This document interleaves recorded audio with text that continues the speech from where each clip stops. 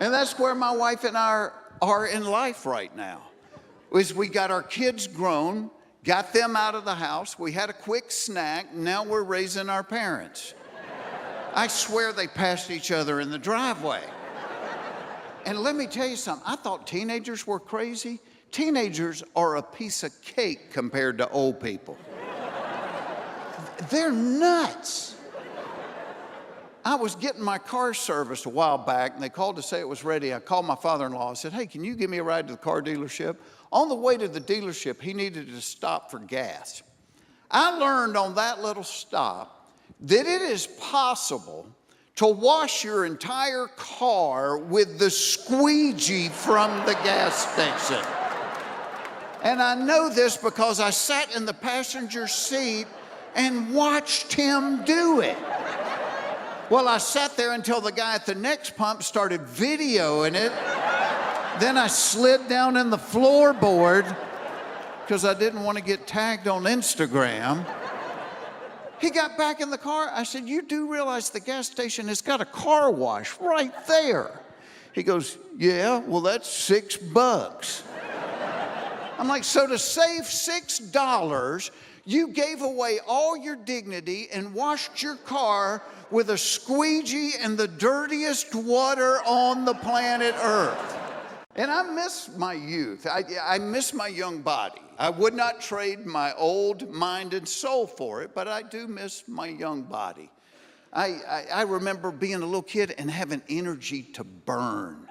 When was the last time you had excess energy you needed to burn off? But think about when you were a kid, you had so much energy, you couldn't watch TV just sitting in a chair. You had to stand on your head or be half on the chair and half off, and the commercial would come on and you'd wrestle with each other until the show came back. Hell, if you walked in my house now and you found me watching the TV with my butt on the sofa and my head on the floor, call 911. Because even if I am still alive, there's no way I'm going to be able to get back into a standing position by myself.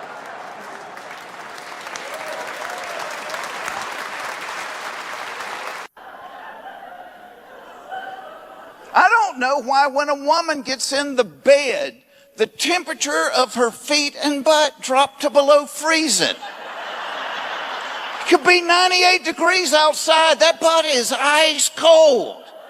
And want to put it on you. It's like snuggling with a butterball turkey.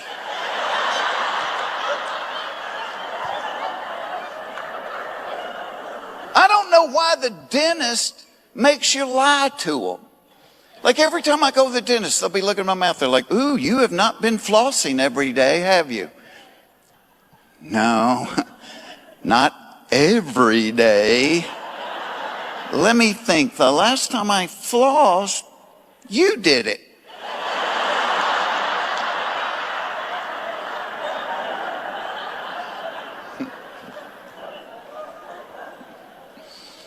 I don't know why the bank leaves the vault door wide open, but changed the 25-cent ink pen to the counter. And why does the drive-up banking window have directions written in Braille? They do. Look at it the next time you're there.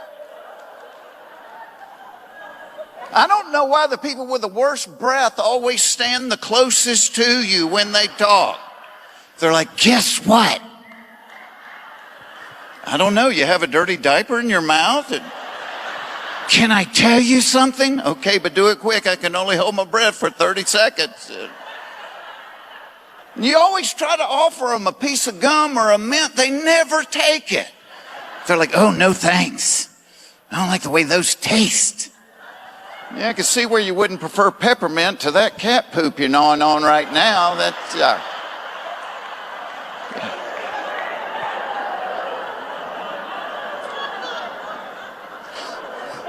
I don't know why you can't ride a bicycle anymore without dressing like Lance Armstrong in the Tour de France. Anybody remember when you could ride a bicycle wearing blue jeans and a t-shirt? Yeah, not anymore. Now you got to have the uni. And it's not just young athletic people. You got these fat middle-aged guys. They look like the Michelin Man in a wetsuit. And they've got sponsor logos. Who's sponsoring you, Pop? Dunkin' Donuts, all right. Pedal on, doughboy, pedal on.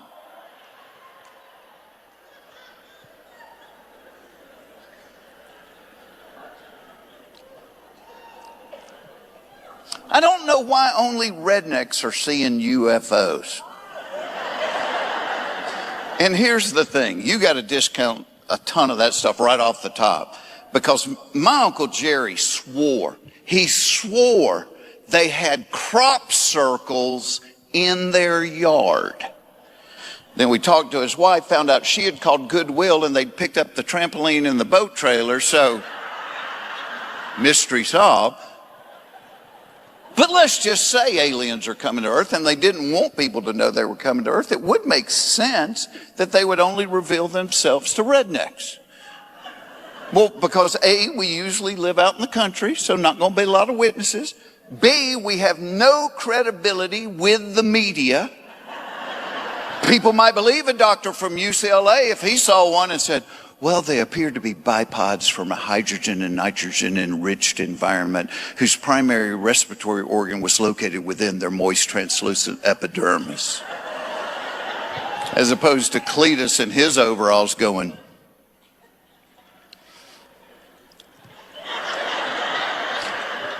it looked like a giant booger with real skinny legs.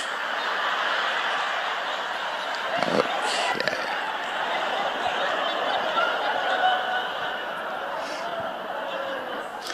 I don't know why a dog can eat his own vomit, gobble up cat poop, and lick his rear end for hours and be totally fine. But if he eats half a candy bar, he dies.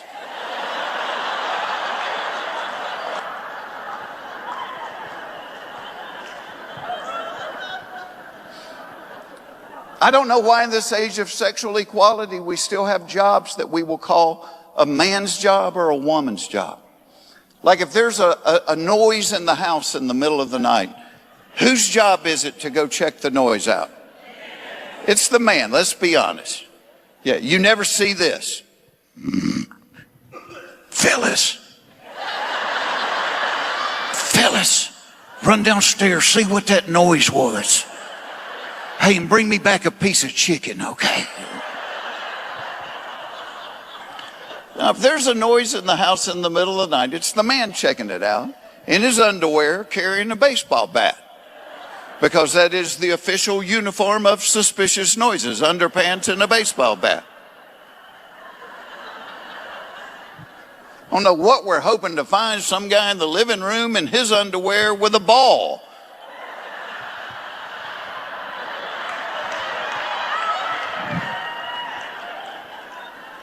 And my dad didn't even need the baseball bat, because my dad wore those gigantic boxer shorts that were always gapped open in the front.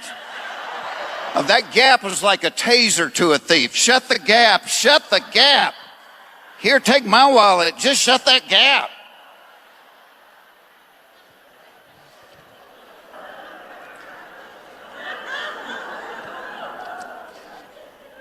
I don't know why every time I get great tickets to a concert, I end up being seated next to somebody that has to sing every song at the top of their lungs.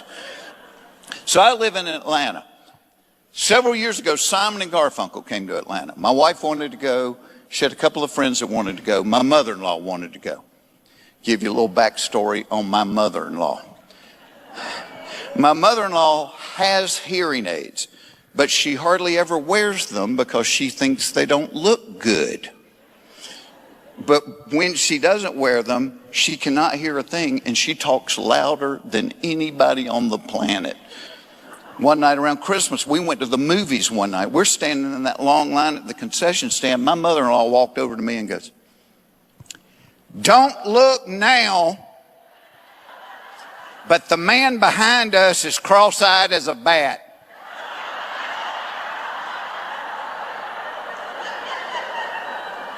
Which is bad for two reasons. One, you're embarrassed to death. And two, when somebody says something like that, you've got to look, yeah. So I'm like,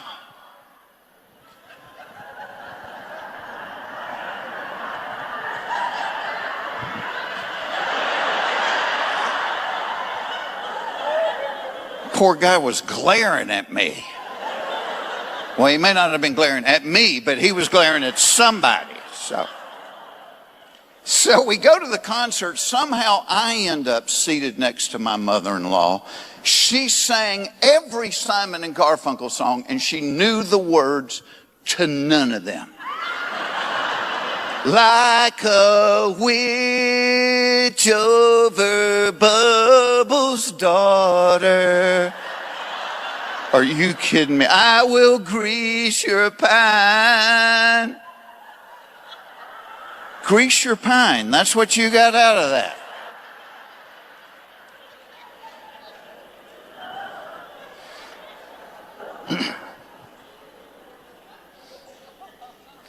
I don't know why cats never throw up in the daytime. They don't. Cats, they wait until you are lying in bed, almost asleep, and then you hear that noise from somewhere in your home. Heck. Heck, heck, heck, heck. Heck, heck, heck. Remind me to put my slippers on in the morning. And you do want to put your slippers on, because you find that with your bare foot, you don't need coffee, because you are awake and looking for a cat. And my poor wife, bless her heart, she has to clean it up every time. Well, it's not that I haven't tried. I have tried. It's just every time I get near it, I make the same noises the cat makes.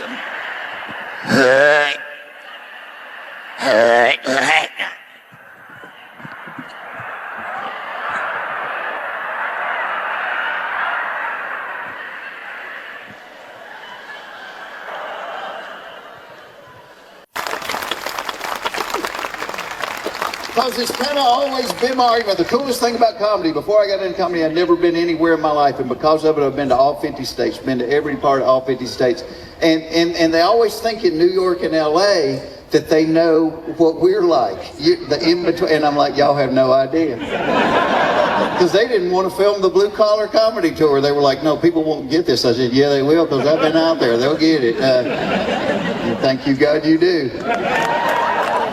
I remember one time I was in a meeting in LA, and the guy, he had on like some kind of purple turtleneck and a velvet jacket, and he had his hair all gelled in a ponytail and had two big earrings, and he's looking at me and he said, Jeff, I know your people. I said, my people would beat the hell out of you.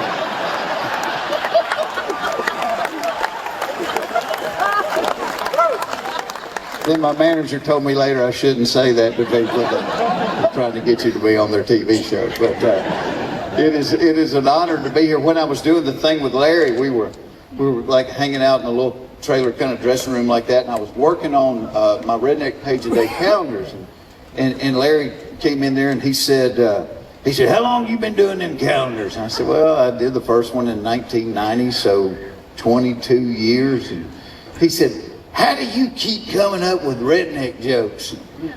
And I said, sadly, there's no research going on.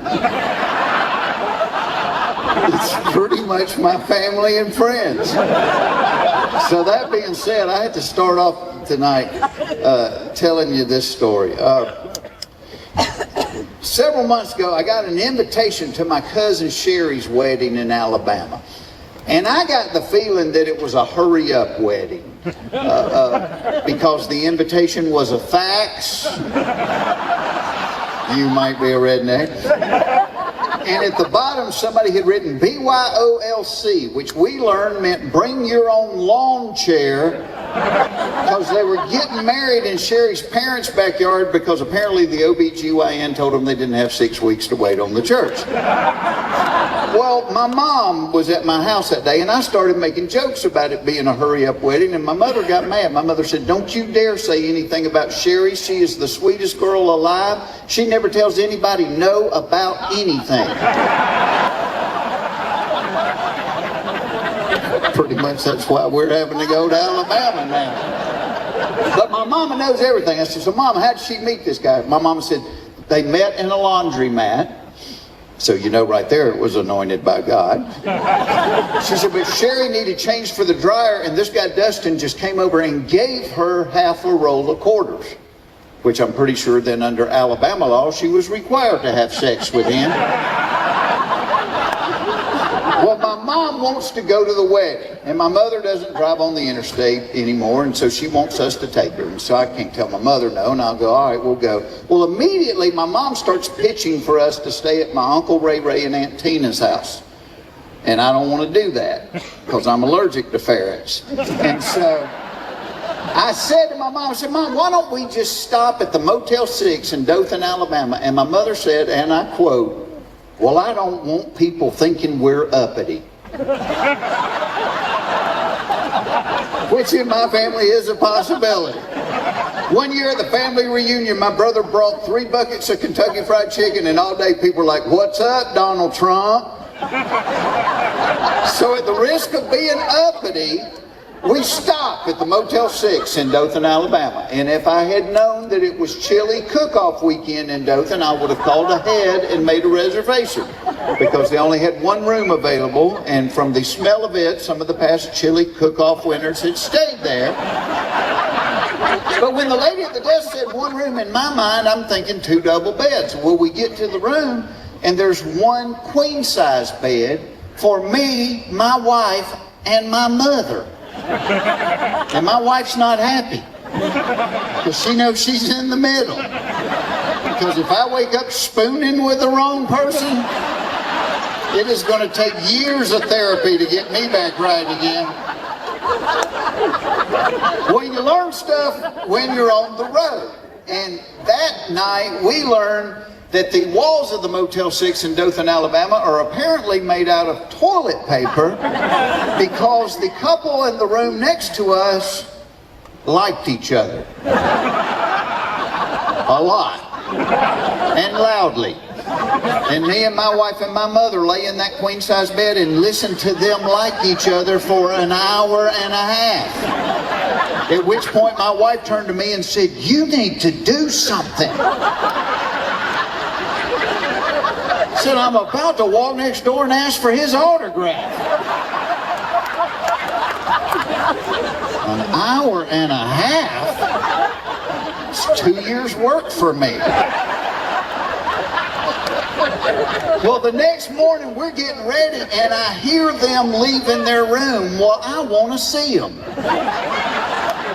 Because when you listen to this, you have this mental image of what they look like. So I go and crack the door and peek out in the hall. I wish I had never done it. Oh, they were big uns. Big. I think half the moaning and groaning was them trying to take their socks off.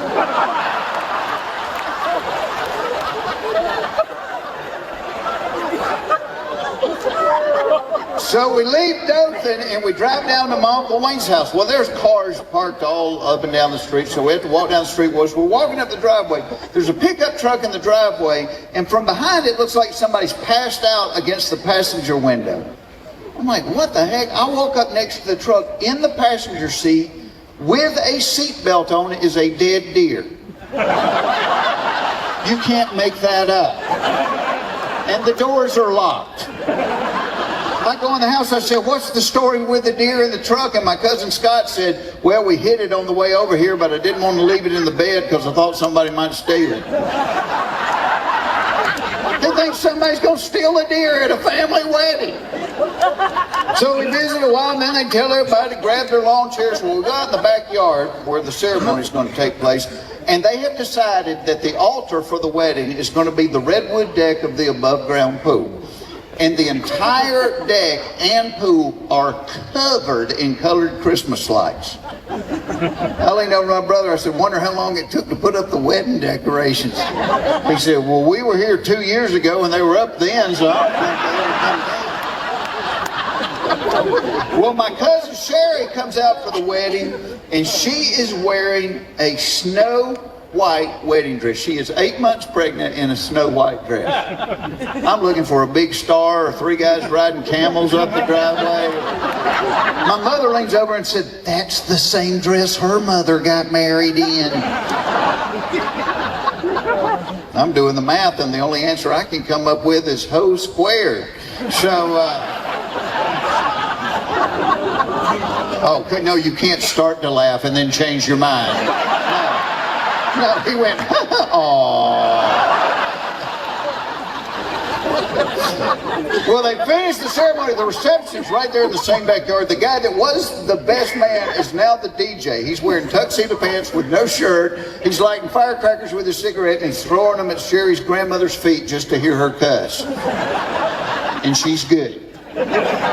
Sherry's mother, Donna, is walking around with a styrofoam cooler full of Ziploc bags of birdseed because she said Sherry read online that if you throw rice and the birds eat it, that when the birds drink water later, the rice expands and it'll kill them. So she wants people to throw birdseed, which we did.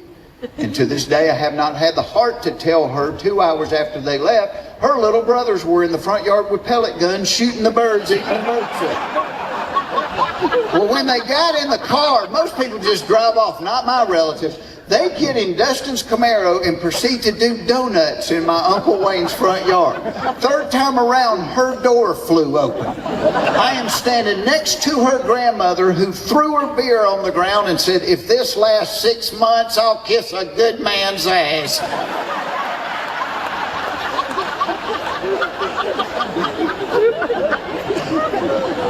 So, Jeff, where do you come up with those redneck jokes? You see a lot of things in airports. You know, they tell us now the economy's bad. You see it in the airports. Because everywhere we go now, all the rental car places are selling the used rental cars. And I have driven some bad vehicles in my life. I have never been so desperate for an automobile, I wanted a used rental car. Because you know what people do to rental cars. My mother will not drive 55 miles an hour. You put her in a rental car, she's doing donuts in the grocery store parking lot. Buying a used rental car is kind of like going to a house of ill repute looking for a wife. Anything that's been driven that hard by that many people, you really don't want to put your key in it.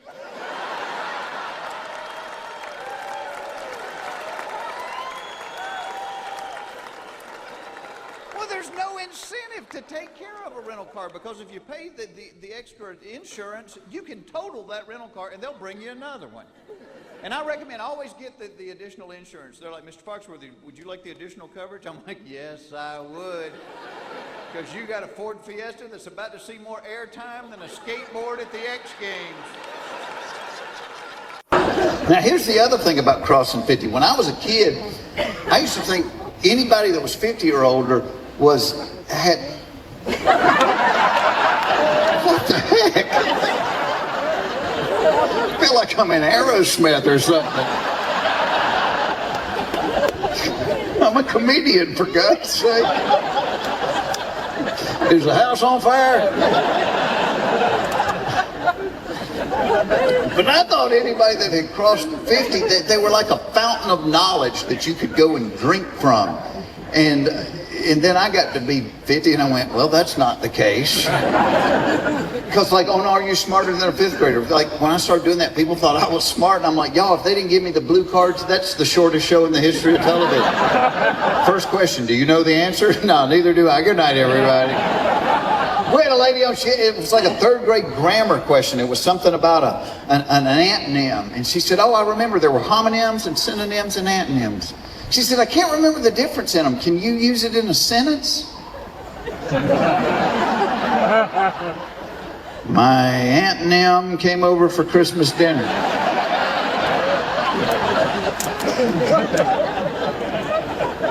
But I started thinking about all the stuff that I didn't know, and it's a lot longer list than the stuff I do know. But it's stuff I thought I would know by now. I mean, I don't know how they know how long to make the cord for the first bungee jump at a new place. All right, Ed, let him jump. All right, Ed, shorten it up a little bit. Give his girlfriend a free t-shirt.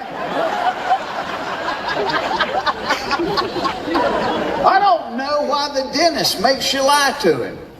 Every time I go to the dentist, he'll be looking at my mouth. He's like, oh, you have not been flossing every day, have you?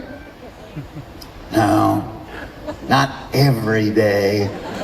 Oh, let me think. The last time I flossed, you did it.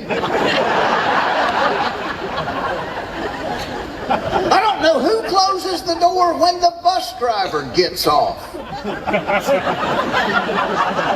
Don't think about that one too long. You get a headache. I don't know how women can lie down on the couch and take a nap without sticking their hand in the front of their pants. How do y'all do that? See, men have a sleep button located right there. Take our hand, put it on that button, and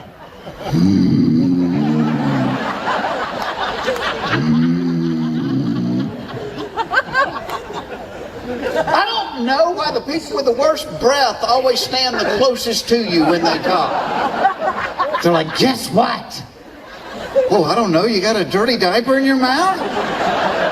Can I tell you something?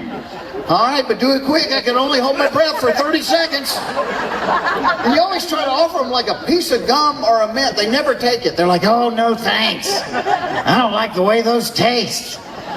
Yeah, I can see where you wouldn't prefer peppermint to that cat turd you're chewing on right now. Wow. I don't know why the bank leaves the vault door wide open, but change the 25-cent ink pen to the counter. And why does the drive-up banking window have directions written in Braille? And they do. Check it out the next time you're there. I don't know why I can't call the computer helpline and talk to somebody on this side of the planet.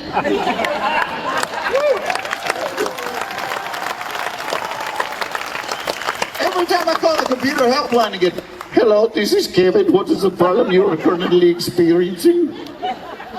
I'm sorry, what was your name? It is Kevin. Kevin. Wow, because if I'd had to guess, I would have bet your name had 2 less vowels than Kevin.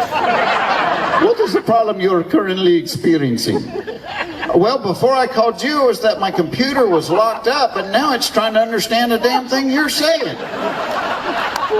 And they won't tell you where they are. I'm like, where are you? I'm at my desk. Okay, but where is your desk? It's in my office.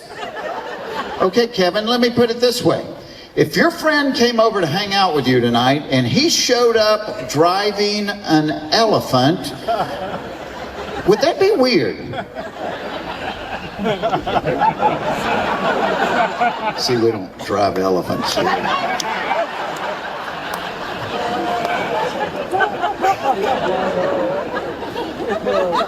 I don't know why a new razor costs $6, but a pack of 8 replacement blades cost $2,000. Why are razor blades so expensive? You could put a kid through college by growing a beard. I think they're so expensive, they've gotten complicated. You know, when I was a kid, it was 1 blade. You used it for a week, threw it away, got another. Now it's 5 blades. And the advertising agencies have convinced us every one of those blades has its own job. Blade number 1 walks up to the whisker and pretends to recognize it from high school. Blade number 2 runs behind it and thumps it over the head with a beer bottle. Blade number 3 ties its hands together with duct tape, while blade number 4 warns the other whiskers to stay out of it or they're next.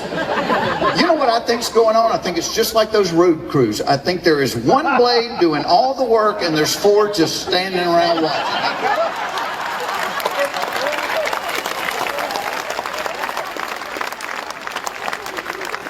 I I don't know why you can't ride a bicycle anymore without dressing like Lance Armstrong in the Tour de France. Anybody remember when you could ride a bicycle wearing blue jeans and a t-shirt? You can't do it now. Got to have the uni. And it's not just young athletic people, like fat middle-aged guys look like the Michelin Man in a wetsuit. And he's got sponsor logos. Like, who's sponsoring you, Pop? Dunkin' Donuts, all right. Pedal on, doughboy, pedal on. I don't know why only rednecks are seeing UFOs. And here's the deal. You got to discount 90% of that stuff right off the top, because my Uncle Jerry swore they had crop circles in their yard. Then we found out that his wife had called Goodwill and they had come and got the trampoline and the boat trailer. So, mystery solved. But let's say there really were aliens and they really are coming to Earth, and they didn't want people to know that they were coming to Earth. It makes sense they would only reveal themselves to rednecks. A, we usually live out in the country, so there's not going to be a lot of witnesses. B, we have no credibility with the media. See, people might believe a scientist from UCLA if he saw one and said, well, they appeared to be bipods from a hydrogen and nitrogen-based environment whose primary respiratory organ was located within their moist, translucent epidermis. As opposed to Cletus in his overalls going, it looked like a giant booger with real skinny legs.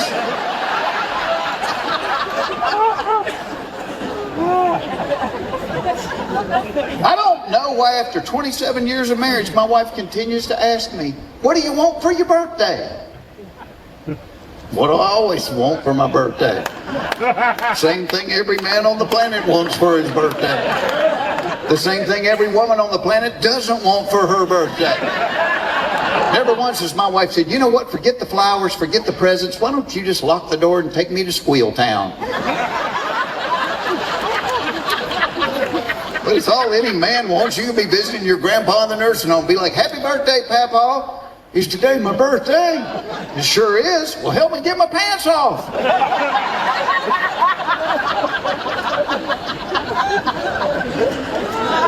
I don't know why a dog can eat its own vomit, gobble up cat poop, and lick its rear end for hours and be totally fine, but if he eats half a candy bar, he dies.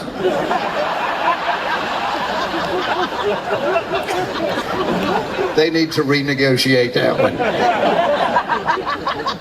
I don't know why in this age of sexual equality, there are still some jobs that are the man's job or the woman's job. Like if there's a noise in the house in the middle of the night, whose job is it to check that out? Man. Yeah. Never see this. Phyllis. Phyllis. Run downstairs, see what that noise was. Hey, bring me back a piece of chicken, okay? Now, if there's a noise in the house in the middle of the night, it's the man checking it out. In his underwear, carrying a baseball bat. Because that is the official uniform of suspicious noises, underpants and a baseball. I don't know what we're hoping to find. Some guy in the living room in his underwear with a ball.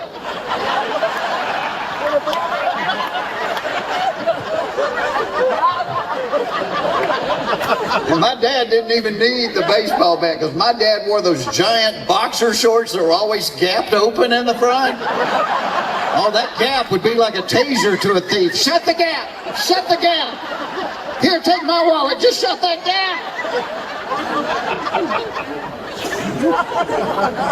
You know, here's the weird thing with kids. They're stinking smart. And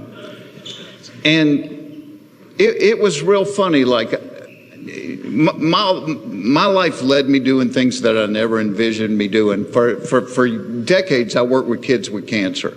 My wife and I were the head fundraising people for the Duke Children's Hospital, and I did a ton of things with St. Jude's, and just loved working with kids with cancer. There's somewhere in here that makes me want to squeal. So I got invited one day. A guy invited me down to the Atlanta Mission. Well, I'd never been homeless.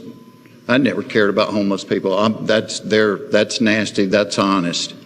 My care of homeless people was if you came up to my car at the stop sign, here's $5, please go away.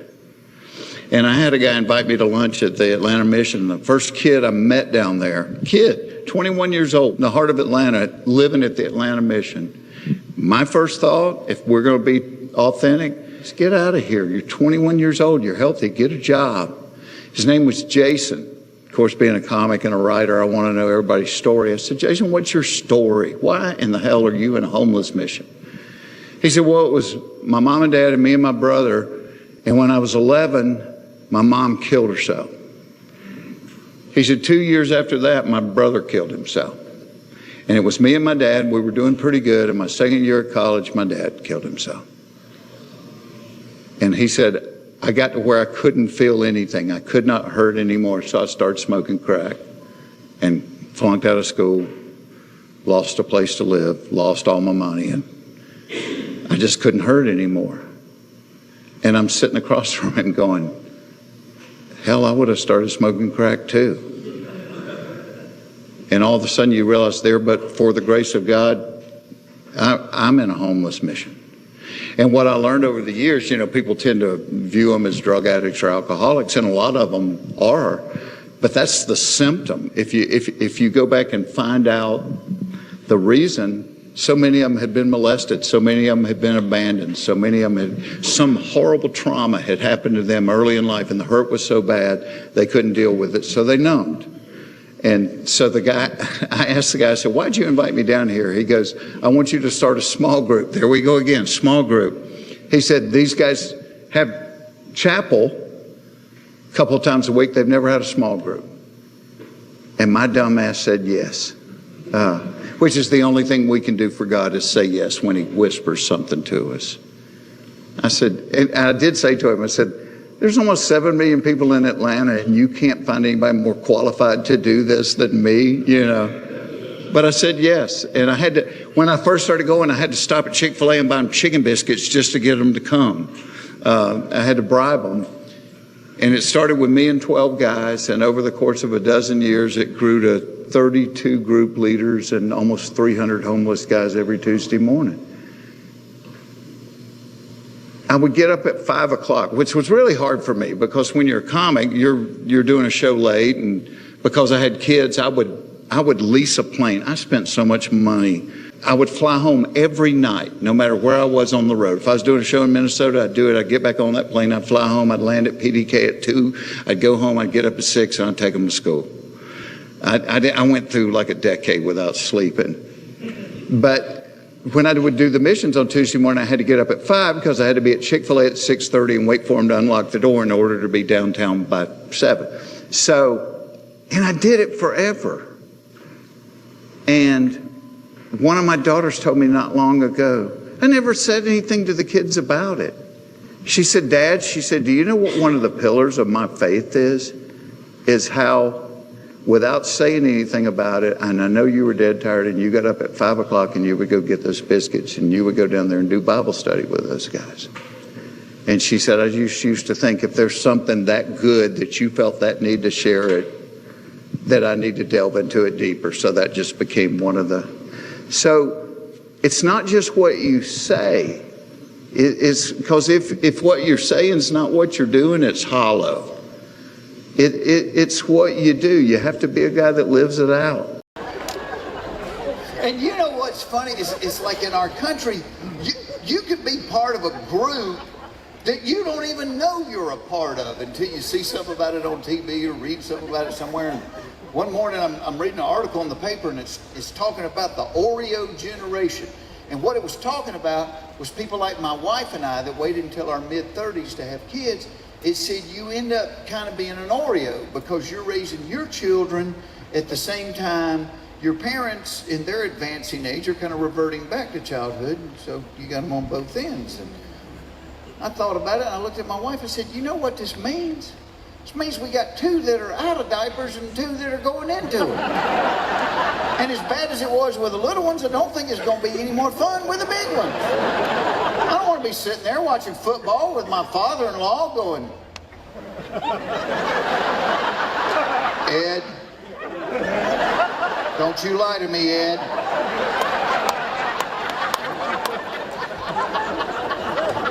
But I got to thinking about this. There's a lot of similarities between kids and seniors.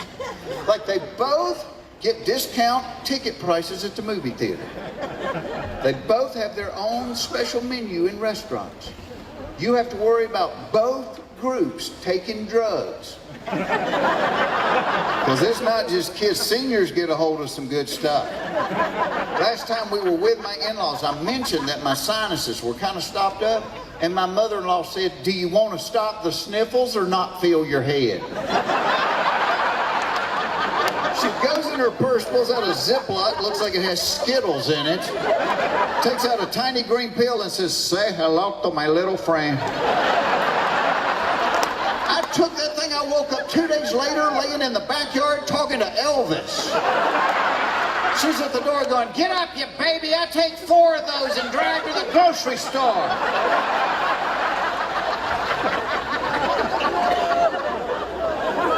The kids don't listen to you, the seniors can't hear you. My mother-in-law has a hearing aid that she hardly ever wears because she thinks it doesn't look good. Which, as we all know, is the reason they give you a hearing aid. But you can tell when she's not wearing it because if she doesn't have it in, she talks louder than anybody on the planet. One night they come to visit around Christmas time. We go to the movies one night. Stand in line at the movie theater. She tapped me on the shoulder and said, don't look now, but the man behind us is cross-eyed as a bat.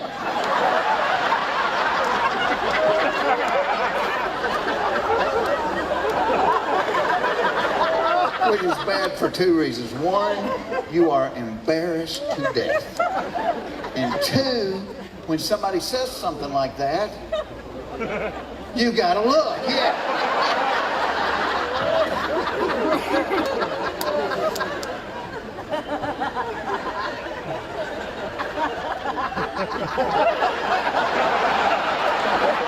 Turn around, this guy is glaring at me. Well, he may not have been glaring at me, but he was glaring at somebody.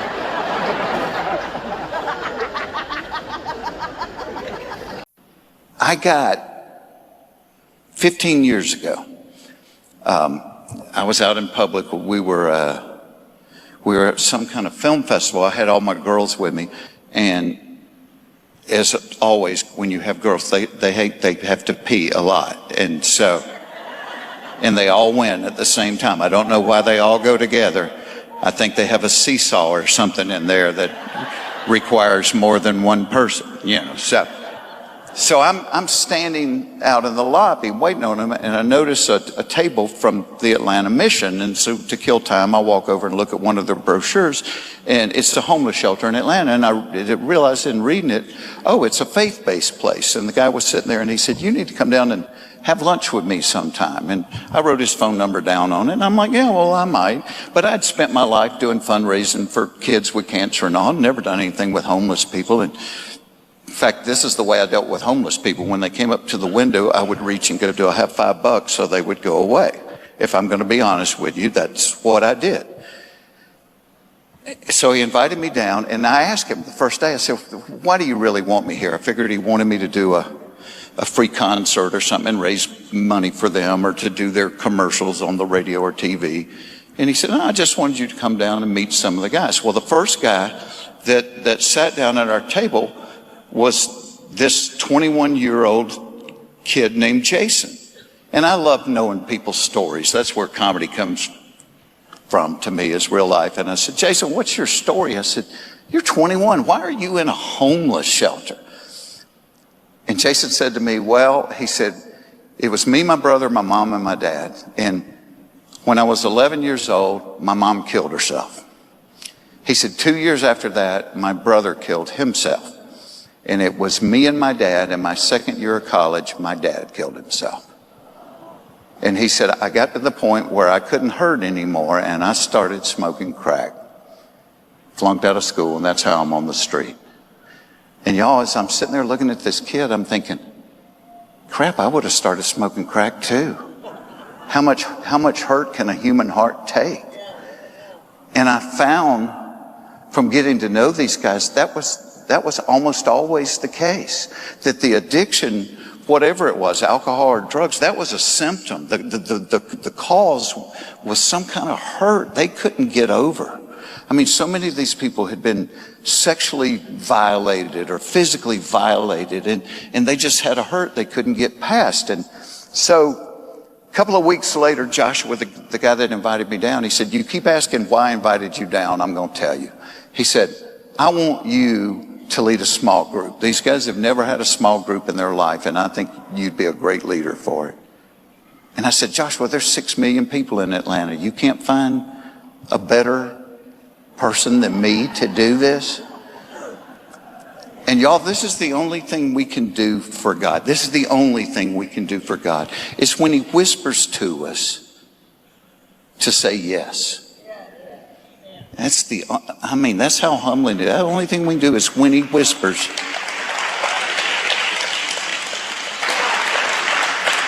And God doesn't yell. I was reading a verse the other day, said there was a great earthquake, and then there was a great fire, and then there was a still, quiet voice. That's God.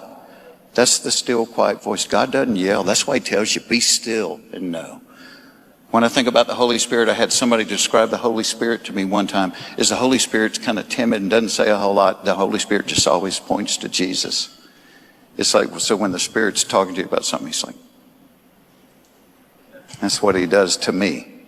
And so I said yes. I had no training. I'd been in a small group for years, but these are homeless guys. And I will tell you this about homeless people. Once you start learning their stories and they become somebody's son and somebody's brother and somebody's dad, the way you look at them totally changes. So I started leading this group, and in a tip of the hat to Chick-fil-A, I had to buy chicken biscuits just to get them to come. They wouldn't come unless I had chicken biscuits. So I had 12 guys, started with me and 12 guys. And they didn't really participate. They didn't talk a lot. So I was trying to think of questions for them. And one of my early questions, I said to them, I said, what is the Bible? And one of the guys said, it's just a book of rules. And I'm thinking, no, it's the greatest love story that's ever been written. So he said, it's a book of rules. And my buddy that was sitting there with me, he goes, really? He said, it's a book of rules. And he picked up his Bible, and there was a trash can there, and he dropped it in there. He said, if it's a book of rules, would that bother you? And one of the guys, the guy in the class that I was scared to death of, big, huge guy named Wayne, got up, walked over, and he pulled that thing out of the trash can, and he wiped it off. And he said, don't ever do that again. I said, well, Wayne, if it's a book of rules, why does that bother you so much? And Wayne said, let me tell you a story.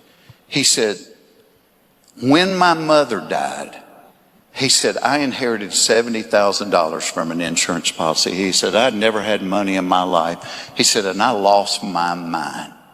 He said, we started buying crack. I got 2 girlfriends, and we started partying all day long. He said, and when you're partying like that, you don't go to work. So I got fired about a week later.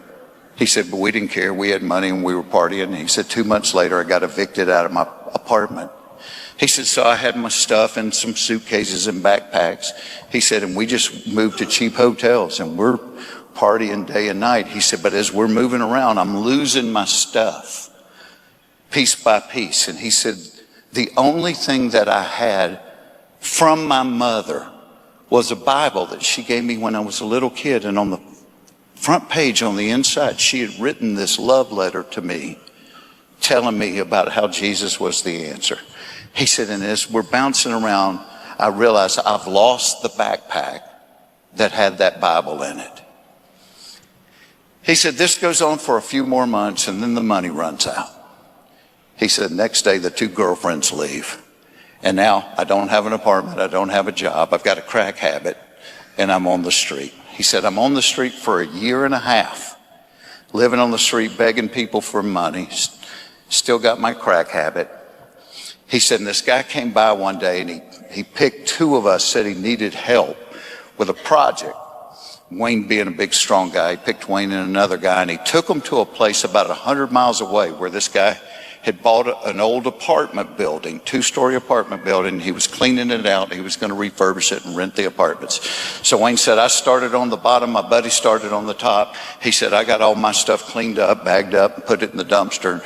He said, and I went upstairs to help my buddy, and he was down to the last room. He said, but out in the hall, he had a pile of stuff in the corner. I'm like, dude, you want me to bag that stuff up? And the guy said, well, those are things I found that might be worth something if you want to look through it before we bag it up. And Wayne said he went over there and started looking through the stuff, and he reaches down in the dust and the dirt, and he pulls the book out, and he opens it up, and there's the love letter from his mom.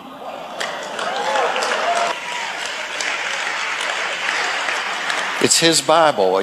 A year later, year and a half later, and 100 miles away. And he said, I collapsed to the floor and started sobbing. If you put that in a Hollywood movie, nobody would believe it. And he said, I figured if God was going to chase me that hard, I would finally quit running.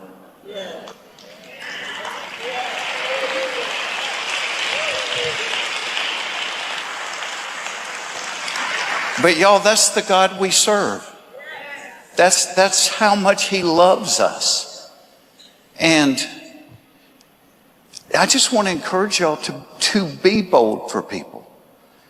I get requested to do so many things, and I can't do them all, and I pray over them and say, God, if you want me to do something in here, tell me to do it, and I'll do it. And I'm a bow hunter. I'm a big outdoor guy. And so I get invited to speak at a lot of wild game dinners. And I got invited to speak at a wild game dinner in Claxton, Georgia. It's where they make the fruit cakes for Christmas, Claxton, Georgia. And so I told a buddy, I said, I think God wants me to go down and speak at this thing. Will you ride with me? Because it was a 4.5 hour drive. And we ride down there, and we get there, and y'all, it is a goat rope. It is a goat rope. It's a field. They have no stage, no lights, and no microphone. And 3,000 people showed up. And so we put pallets down, put a piece of plywood on it. I stood on it. They shined lights from trucks on me, and I yelled. And I did comedy for about 30 minutes, and then I rolled it over into a story about Jesus. On the way back home to Atlanta that night, my buddy just kept laughing. He goes, that's the one God told you to do? He goes, oh my gosh, what a goat rope. That was crazy. A couple of years later, we're at church one Sunday. My girls are in the bathroom again. They spend a lot of time there. And I'm standing in the hall waiting on them. And this guy comes up and taps me on the shoulder, and he says, hey, do you remember speaking at a wild game dinner in Claxton? And I started laughing. I said, oh, yeah. I said, I'm never going to forget Claxton. He said, well, neither am I. He said, I wasn't brave enough that night to come down, but I gave my life to Jesus that night.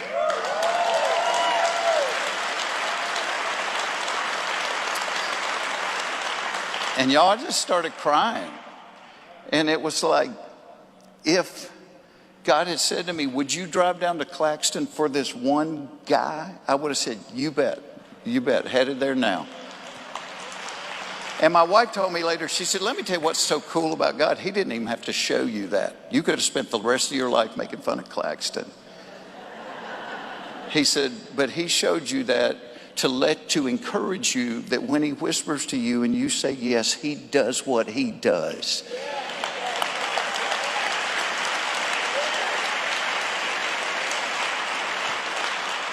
So whatever it is you do in your life, be bold for him. Do not be ashamed of the name of Jesus Christ, because he is our only hope. If any of us here had to depend on ourselves for our salvation, we'd be the most miserable people on earth, because I would fail and you would fail. But it's not through our performance. It's through his grace. And there's a world out there that desperately needs to hear that. They already know they can't perform. That's why they're on the street.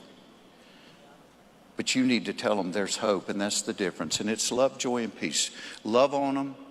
Show them the joy that you have and the peace you have that passes understanding. You don't have to know to understand what's going on in the Middle East. You don't have to understand what's going on in Ukraine, because God says it's not your job to understand it. It's my job. You be at peace, because I made you a covenant promise, and I'm never, ever, ever going to break it.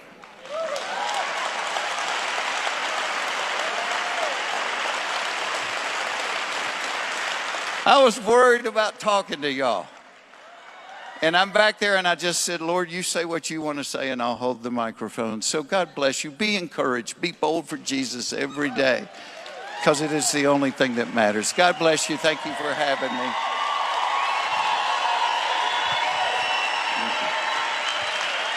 God bless you. Thank you. I don't know why my wife continues to ask every year, what do you want for your birthday? What do I always want for my birthday? What's every man in here want for his birthday? The same thing every woman in here doesn't want for her birthday. Never one time has my wife said, you know what, this year, forget the flowers, forget the presents. Why don't you just lock that door and take me to Squeal Town?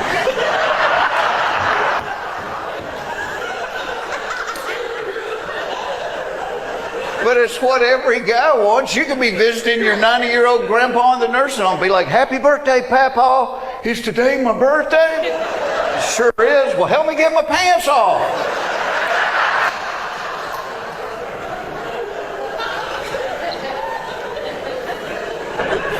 I don't know why a dog can eat his own vomit, gobble up cat poop, and lick his rear end for hours and be totally fine. But if he eats half a candy bar, he dies.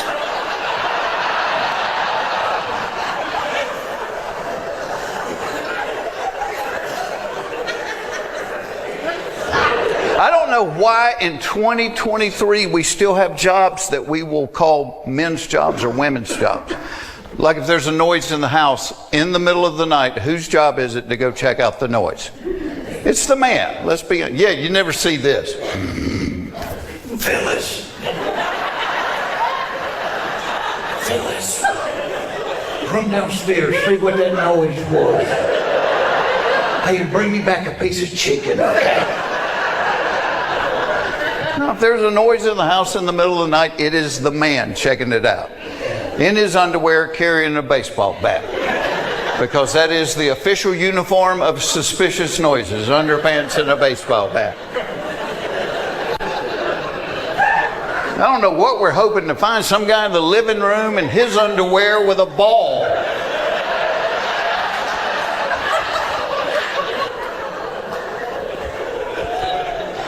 And my dad didn't even need the baseball bat. Because my dad wore those gigantic boxer shorts that were always gapped open in the front. That gap was like a taser to a thief. Shut the gap, shut the gap. Here, take my wallet. Just shut that gap.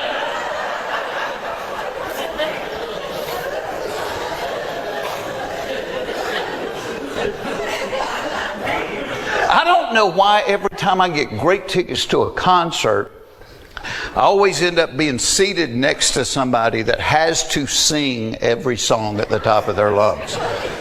So, several years ago, Simon and Garfunkel came to Atlanta. My wife wanted to go. She had a couple of friends that wanted to go. Well, my mother-in-law wanted to go. Quick backstory on my mother-in-law. My mother-in-law has hearing aids that she refuses to wear because she thinks they don't look good. But because she doesn't wear them, she can't hear a lick. She talks louder than anybody on the planet. One night, around Christmas time, we go to the movies. We're standing in the long line at the concession stand. My mother-in-law walks over to me and goes, "Don't look now, but the man behind us is cross-eyed as a bat."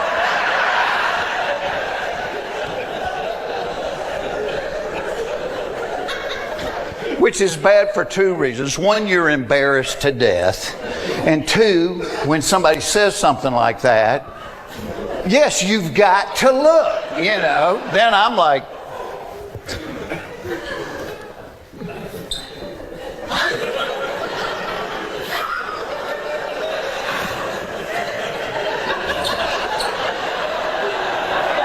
turn around, the guy's glaring at me. Well, he may not have been glaring at me, but he was glaring at somebody. So we go to Simon and Garfunkel. Somehow I end up being seated next to my mother-in-law. She doesn't have the hearing aids in. She sang every Simon and Garfunkel song, and she knew the words to none of them. Like a witch over Bubbles' daughter. Or you can, I will grease your pine. Grease your pine? That's what you got out of that? See, women are smart, and women keep men confused. We do, because like a lot of times men and women can say the exact same thing to each other and get totally opposite responses. Like a woman could say to a man, I'm not wearing any underwear. A man's first thought is, all right, might get lucky. But if a man says to a woman, I'm not wearing any underwear, her first thought is, oh no, I'm gonna have to wash those pants twice.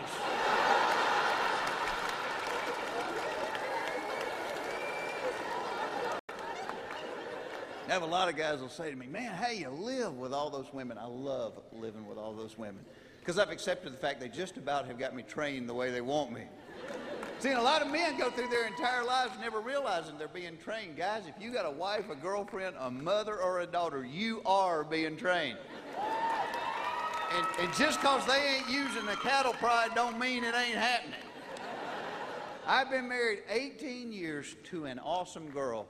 It did not dawn on me until about year 5. She was training me, and I remember the night I realized it. We were both in bed reading one night, and my wife said, I'm hot. And I closed my book, got out of bed, walked over to the wall. I turned on the ceiling fan. I was almost back to the bed, and I went, whoa.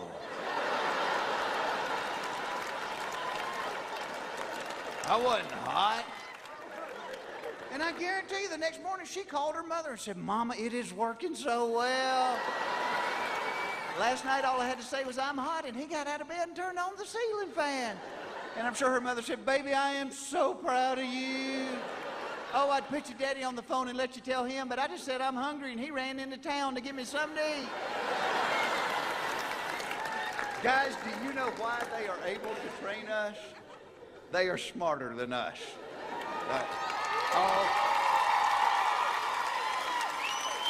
It ain't that big a deal. That's saying you're smarter than a creature that every time it takes off its underwear, it tries to grab them with its toes, flip them in the air, and catch them with its hand. You are smarter than that. It is a good feeling when you catch them on the first try, though, isn't it? Got my underpants right there. Not only am I a redneck, I'm married into rednecks. I'm married into world-class rednecks. My wife and her entire family are from the great state of Louisiana. So don't guess we have anybody from Louisiana here, right? Really? Seriously? Are you kidding? What do you think about this electricity? This is not me.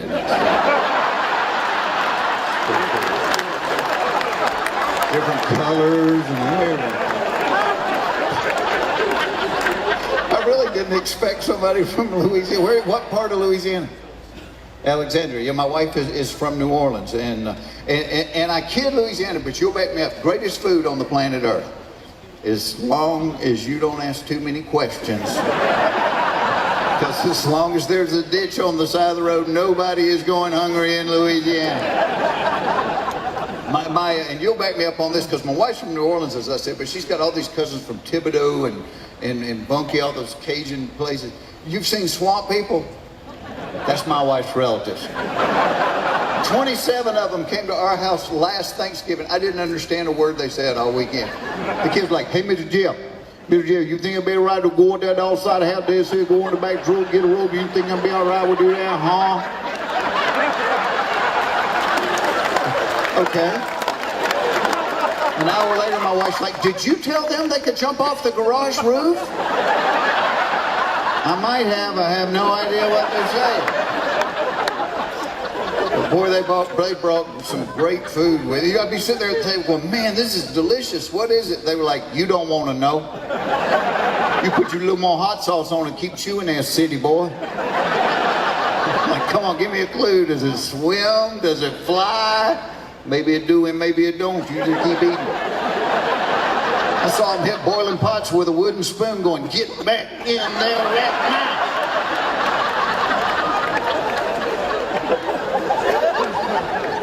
And my wife has all these cousins up in the northern part of the state, up around Shreveport.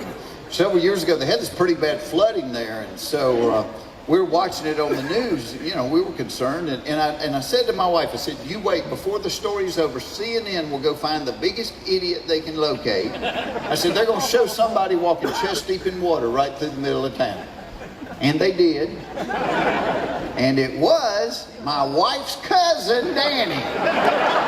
But not only was Danny walking chest deep in water, he was holding an umbrella.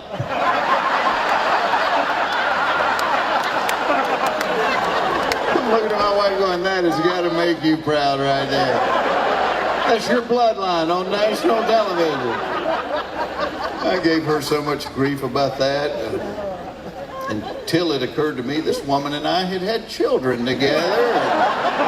And Lord, knowing what I know about my family and knowing what I know about hers, it made me worry about our offspring. Because you mix stagnant pond water with raw sewage, you ain't getting Evian.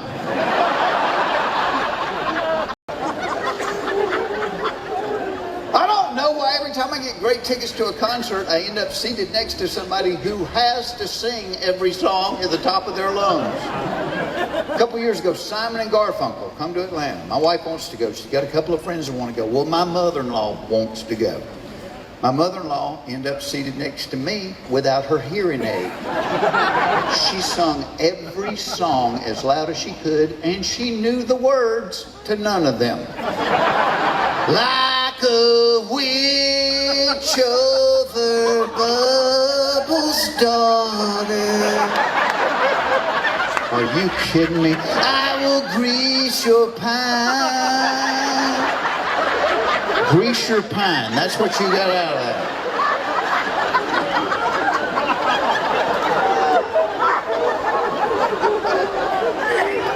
I don't know why cats never throw up in the daytime. Cats wait till you're lying in bed, almost asleep. And then from somewhere in your home you hear,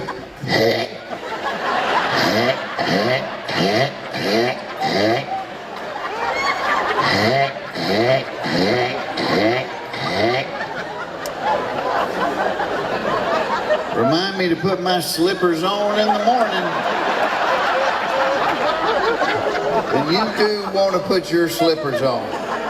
Because you find that with your bare foot, you don't need coffee. Because you are awake and looking for a cat. Oh, and my wife, bless her heart, she has to clean it up every time. And it's not that I haven't tried. I have. It's just every time I get near it, I make the same noise as the cat makes.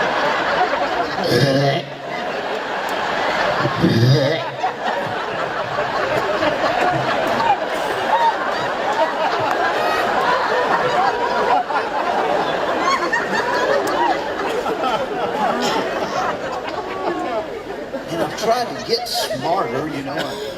Like my wife and I try to watch those shows where you can learn something once in a while, like Dateline and those. And you know, on those shows, like almost every other week, they'll showcase some disease on there. I swear to you, week in, week out, no matter what the disease is, my wife will have it. I have it. I have every one of those symptoms. I'm like, you do not have testicular cancer. You don't even have testiculars. But they've made us medically paranoid. You know, when I was a kid, there was two kinds of medicine in the world. You had aspirin and camphophenique. Cured everything. Now there are so many drugs, they have to advertise the prescription drugs on television, and I swear to you, 9 times out of 10, the side effects are 50 times worse than whatever the drug is supposed to cure. They're like, try new Floraflor for itchy, watery eyes. It's Floraflor. Side effects may include nausea, vomiting, water weight gain, lower back pain, receding hairline, eczema, seborrhea, psoriasis, itching, chafing clothing, liver spots, blood clots, ringworm, excessive body odor, uneven tire wear, pyorrhea, gonorrhea, diarrhea, halitosis, scoliosis, loss of bladder control, the shanks, warped floors, cluttered drawers, low resale value on your home, feline leukemia, head lice, clubfoot, MS, MD, VD, fleas, acne, anxiety, sleepiness, drowsiness, parvo, warts, unibrow, lazy eye, fruit flies, chest pains, clogged drains, hemorrhoids, dry heaving, and sexual dysfunction.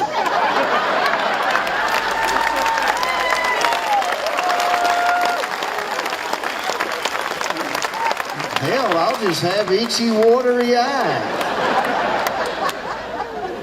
And I love the Cialis commercial. They tell you on the Cialis commercial, if their product does what it is supposed to do for more than 4 continuous hours, you should go to the hospital. I might go to the hospital, but I'm going to be wearing that little gown they give you backwards and walking the halls, baby. How you doing? Who's got a flag? You want to hang that coat up? Come on.